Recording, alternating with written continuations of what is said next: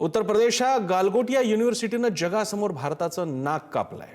AI summit जे दिल्लीमध्ये सुरू आहे त्यामध्ये चीनचा एक रोबोटिक डॉग कुत्रा सादर करून आणि त्याचं क्रेडिट स्वतःकडे घेतलं। समिटमध्ये तोऱ्यात मिरवणाऱ्या युनिव्हर्सिटीची नंतर मात्र पोलखोल झाली। रोबोटच्या वैशिष्ट्यांमुळे रोबो प्रदर्शनात युनिव्हर्सिटीची झालेली वाहवा, रोबोटिक्स उत्साही लोकांनी सत्य उघड केल्यानंतर विद्यापीठाने युटर्न घेतला। रोबोट आम्ही बनवला असं बोललो नव्हतो असं विद्यापीठाचं स्पष्टीकरण आहे। गालगोटिया विद्यापीठाबद्दल सध्या सोशल मीडियावर खूप वादळ उठलेलं आहे।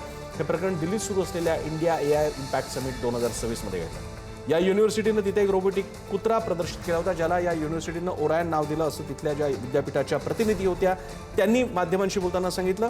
आणि हा रोबो कुत्रा कॅम्पसमध्ये कसा फिरतो, काय कामं करतो आणि त्यांच्या सेंटर ऑफ एक्सलन्समध्ये कसं त्याला निर्मित करण्यात आलेलं आहे या बाबतीत त्यांनी दावे केले होते। मात्र ही बातमी समोर सोशल मीडियावर आल्यानंतर लोकांनी हा कसा चायनीज कंपनीचा मूळचा रोबोट आहे, युनिटरी रोबोट्रिक्सचा हा GO2 मॉडेल कसं आहे, तो फक्त 2.5 लाखाचा कसा आहे, या सगळ्या गोष्टी समोर आल्या। दरम्यान या गालगोटिया युनिव्हर्सिटीला इंडिया AI इम्पॅक्ट समितीनं दणका दिलाय।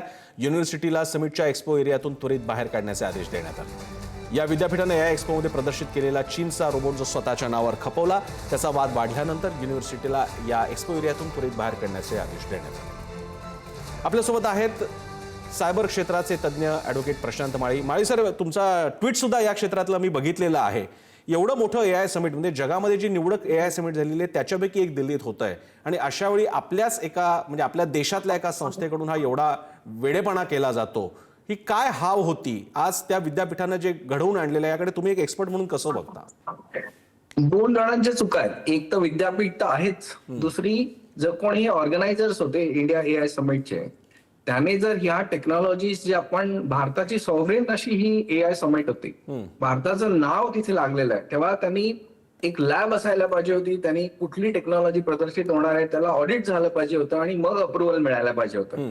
हे कुठे झालेलं मला दिसत नाहीये, म्हणून आज आपल्याला भारताला एवढी मोठी लाच पत्करावी लागत आहे।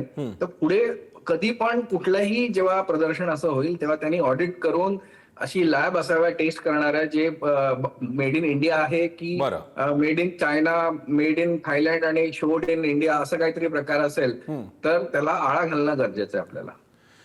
प्रशांत माळीजी, अगदी योग्य उत्तर तुम्ही दिलेलं आहे। सगळ्यांना आरसा दाखवणारी घटना आहे। देशानं एक प्रतिमा निर्मितीचा प्रयत्न केला होता, अनेक चांगल्या गोष्टी ज्या देशामध्ये GSLV रॉकेट बनवू शकतं त्या देशामध्ये या गोष्टी बनवू शकतात, पण घाई झालेल्या एखाद्या विद्यापीठाच्या केवळ तात्पुरत्या प्रसिद्धीमुळे आज देशाला जगासमोर आज एक म्हणजे ज्याला आपण ऑकवर्ड मुवमेंट म्हणूया अशा प्रकारच्या क्षणाला समोर जावं लागलं। धन्यवाद माळी सर आपल्या विश्लेषणासाठी।